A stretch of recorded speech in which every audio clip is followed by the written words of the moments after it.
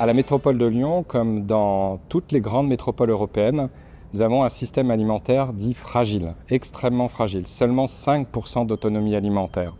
Donc, en cas de crise, en cas de pandémie, des réels risques d'approvisionnement en termes d'alimentation des 1 400 000 habitants de la métropole de Lyon.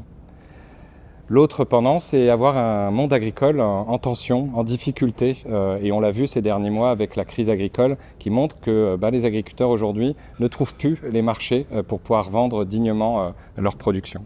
Et donc à la métropole de Lyon, on a décidé de ne pas attendre pour agir. Ça fait 4 ans maintenant qu'on a mis en place une politique alimentaire et agricole ambitieuse, en multipliant par 4 les moyens destinés à la politique agricole, et qui nous a permis déjà d'accompagner près d'une centaine de projets de relocalisation agricole, à la fois de production mais aussi de transformation agricole, et qui nous a permis aussi de ne pas laisser de côté une partie des habitants qui n'ont pas accès à cette alimentation de qualité. Et donc, dans le cadre de notre politique sociale, intégrer également une dimension d'accessibilité juste pour l'ensemble des habitants de la métropole de Lyon. Un autre levier assez incroyable que nous avons en tant que collectivité, c'est notre commande publique, c'est nos achats. Nous sommes l'un des plus grands acheteurs de ce territoire et en particulier en ce qui concerne l'alimentation, à travers nos collèges, c'est 25 000 repas qui sont servis quotidiennement et donc autant de débouchés pour nos agriculteurs et en particulier nos agriculteurs locaux.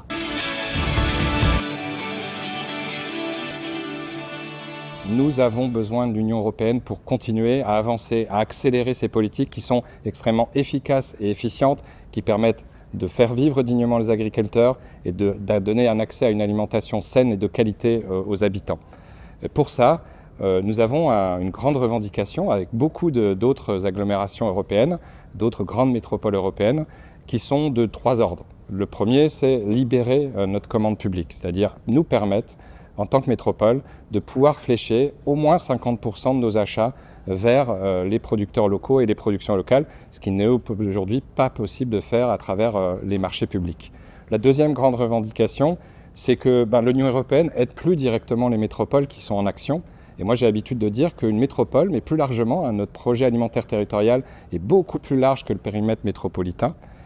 On puisse avoir dans ces territoires de projet une aide directe avec les politiques structurantes que l'Union européenne met en place. Et le troisième grand enjeu, c'est enfin de considérer l'alimentation comme une politique transversale qui touche toutes les politiques publiques et donc de la mettre en haut de la pyramide de Maslow en la considérant comme une politique de santé publique, de santé globale et de faire qu'en fait l'objectif tenu, c'est à la fois de respecter l'environnement à travers les pratiques agricoles, mais aussi respecter la santé des habitants en produisant une agriculture respectueuse et en particulier une agriculture biologique.